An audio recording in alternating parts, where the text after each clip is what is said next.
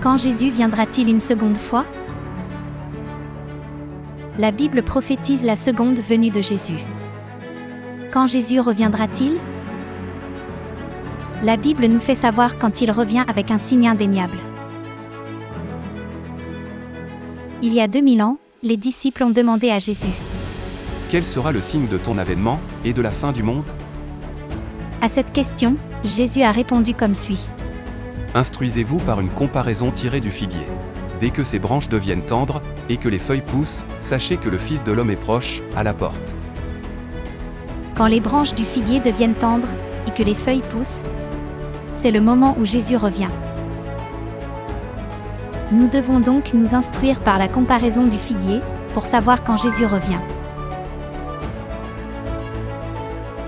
Pour nous instruire par la comparaison du figuier, nous devons d'abord comprendre ce que signifie le figuier. Quelle est la réalité du figuier? Dans la Bible, le figuier représente le pays d'Israël.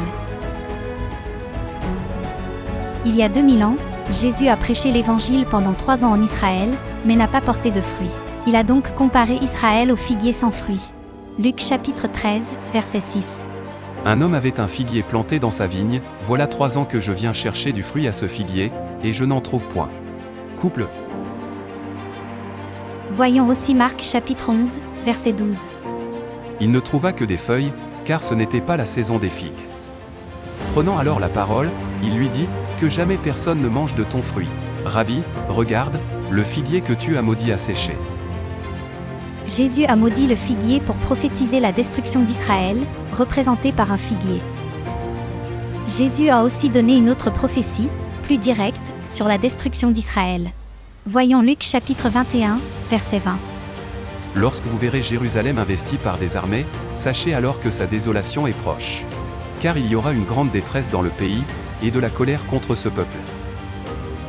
Comme prophétisé, Israël a été détruit par l'armée romaine en 70 après Jésus-Christ. Les livres d'histoire nous montrent aussi comment Israël a été détruit.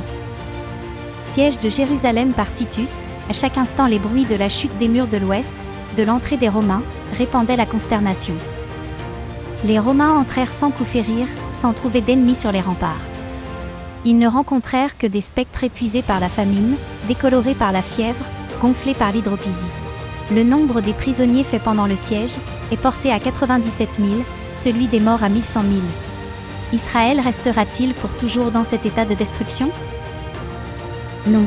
Lorsque Jésus a prophétisé la chute d'Israël, il a aussi prophétisé sa restauration. Voyons Luc chapitre 21, verset 24. Jérusalem sera foulée aux pieds par les nations, jusqu'à ce que les temps des nations soient accomplis. Jérusalem se réfère à la capitale du pays d'Israël. Ici, jusqu'à ce que les temps des nations soient accomplis, signifie qu'une fois les temps des nations accomplis, Israël doit être rétabli. Selon la prophétie de Jésus, le 14 mai 1948, Israël a obtenu son indépendance. Récapitulons ce que nous avons appris jusque-là. Le figuier représente Israël. La mort du figuier maudit signifie la destruction d'Israël en l'an 70 après Jésus-Christ, et la prophétie selon laquelle les branches du figuier deviennent tendres et les feuilles poussent montre l'indépendance d'Israël en 1948. Pour quelle raison Dieu a-t-il redonné la vie au figuier, qui est mort 1900 ans auparavant? Il est écrit dans Matthieu chapitre 24, verset 32.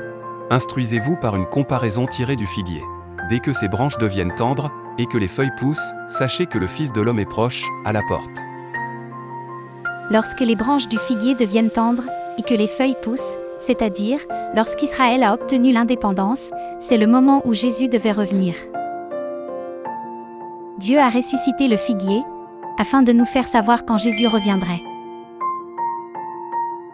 Par conséquent, Jésus devait revenir et commencer à prêcher l'Évangile en 1948, l'année où Israël a gagné son indépendance. Jésus est donc revenu sur cette terre, selon toutes les prophéties de la Bible au nom du Christ An-Sangron.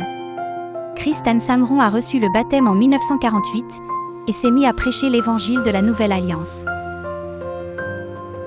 Le Christ An-Sangron est Jésus, qui est venu pour la seconde fois selon la prophétie du figuier.